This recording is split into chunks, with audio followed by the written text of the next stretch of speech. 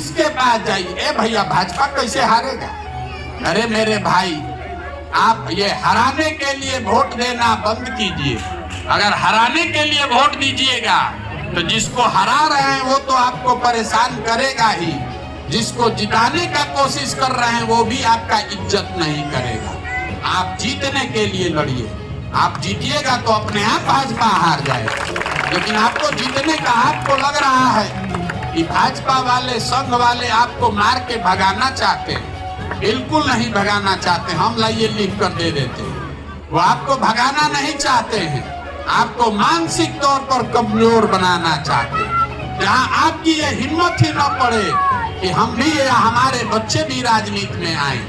आज बिहार में देख लीजिए, आपके विधायक होने चाहिए जनसंख्या के हिसाब से कम 40, आपका 19 विधायक है।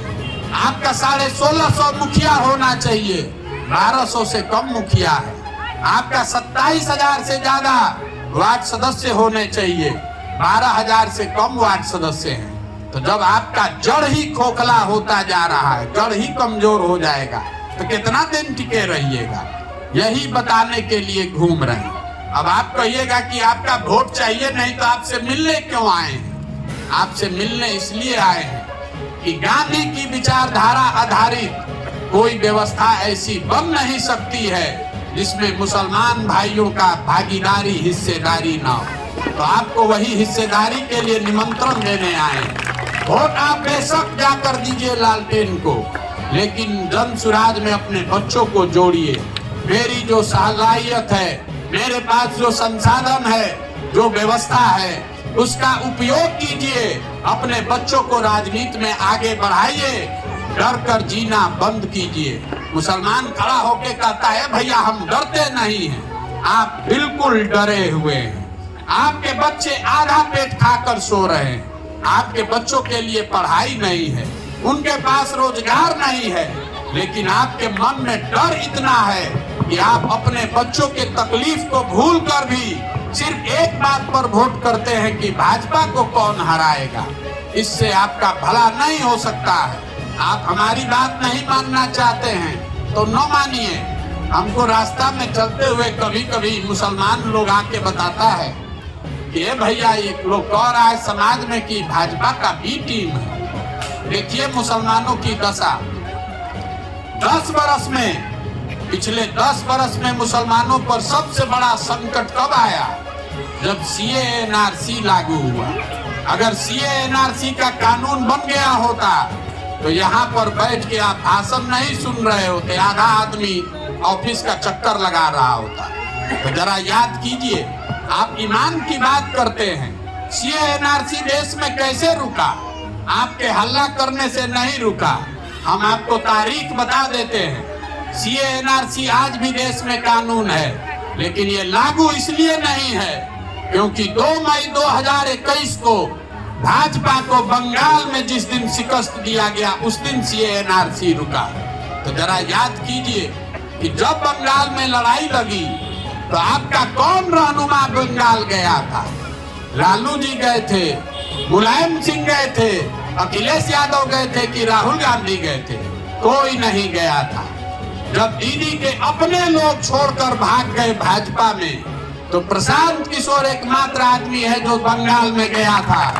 और 2 बरस जितनी मेहनत हम आज बिहार में कर रहे हैं, इससे ज्यादा खून पसीना बहाया है मैंने बंगाल में। और 6 महीना पहले बताया कि भाजपा को हराएंगे नहीं, 100 के नीचे अगर नहीं रोके तो जीवन में संन्यास ले लेंगे। हमने भाजपा को कितने पर रोका? 77 पर। और आप कह रहे हैं कि हम भाजपा का बी टीम है, तो आपके साथ कौन खड़ा होगा? आपके साथ कोई नहीं खड़ा हो सकता है। आपको आज नीतीश कुमार प्यारा लग रहा है। यही आदमी CA/NRC के पक्ष में वोट किया था। उस दिन आप कहाँ गए थे? जिस दिन आपको छोड़कर भाजपा में चला गया था, उस दिन आपका अकल कहाँ गया था? आज आपको लग रहा है कि महागठबंधन बना के जिता देंगे। कैसे जिता दीजिएगा? ये शब्द महागठबंधन हमने लिखा है। इस देश में 2015 में एक ही बार ऐसा प्रयास किया गया जब महागठबंधन बनाकर भाजपा को बिहार में हराया गया। उसके बाद आप जितने लोग पढ़े लिखे समझदार हैं, खोज के हमको दिखा दीजिए कि कहां महागठबंधन बनाकर भाजपा को हराया गया है। आप किस बेवकूफी में पड़े। लेकिन हमारी बात आप मानिएगा नहीं। आपके मन में इतना मोटा काई जमा हुआ है कि आपको सुधरना ही नहीं।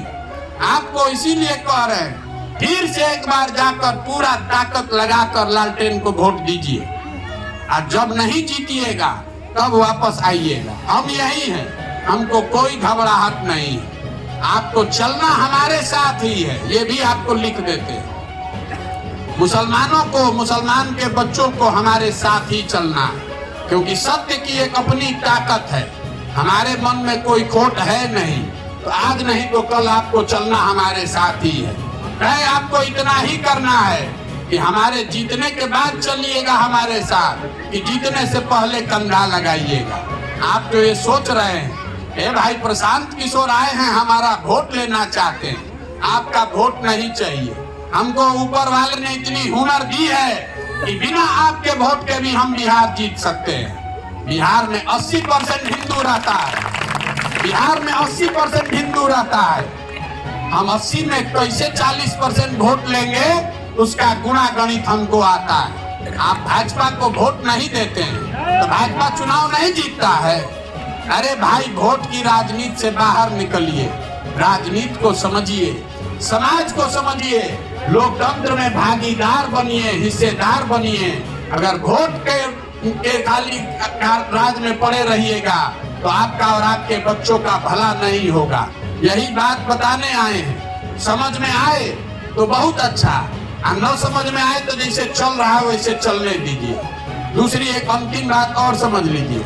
कुछ लोग आके कहता है, भैया इतना बड़ा पदयात्रा कर रहे हैं, इतना पैसा ला रहे हैं, जरूर भाजपा वाला पैसा दे रहा होगा।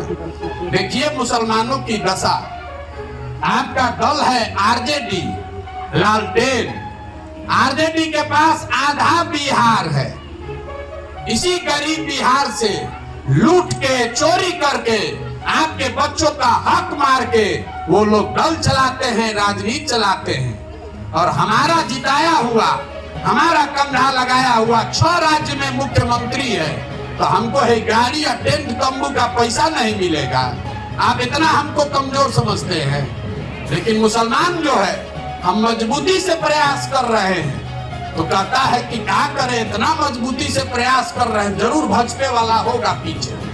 अगर हम मजबूती से प्रयास नहीं करते तो यही मुसलमान कहता कि आदमी तो बहुत होशियार है, मजबूती से लड़िए नहीं रहा है, कैसे मदद करें। आपको मदद किसी भी हालत में नहीं करनी है, क्योंकि आप तो अपने संकट में पड़े हैं। आप हमारा मदद क्या कीजिएगा। अरे हम आपसे इतने हाथ जोड़कर कहने आए हैं कि अपना नहीं तो कम से कम अपने बच्चों का तो चेहरा देखिए। आपके बच्चों की जो दुर्दशा है, ना उनके पास पढ़ाई है, ना हम एक दिन मुसलमान के गांव से निकलते हैं। हमको लोग कहा कि भैया जाइए चंपारण में, देवबंद में मुसलमान बहुत समृद्ध है।